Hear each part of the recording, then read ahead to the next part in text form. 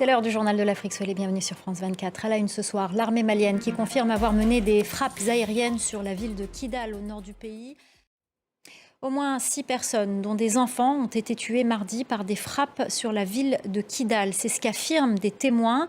L'armée malienne, de son côté, confirme ces frappes aériennes, mais affirme avoir ciblé des terroristes. La ville stratégique de Kidal est au cœur d'un conflit entre l'armée et les rebelles majoritairement touaregs.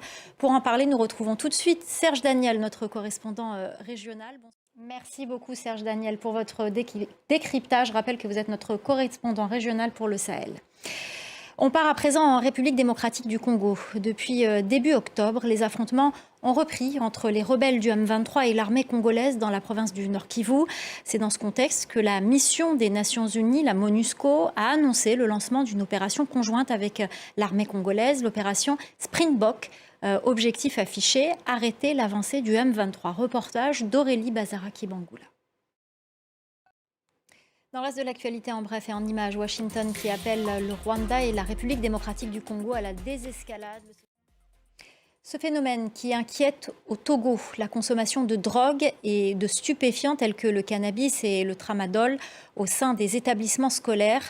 La tranche d'âge la plus touchée est celle des 12-24 ans. Le pays a donc intensifié sa lutte contre la consommation de drogue en milieu scolaire. Reportage de nos correspondants régionaux Emmanuel Sodji et Raphaël Ntali.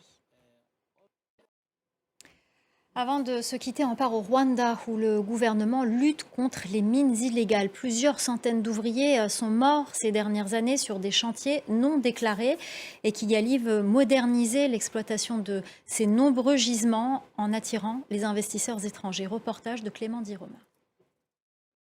Voilà, c'est la fin du Journal de l'Afrique. Merci aux équipes en régie, merci à notre chef d'édition Khalid Oussi, merci à nos correspondants et merci à vous pour votre fidélité. L'info continue sur France 24.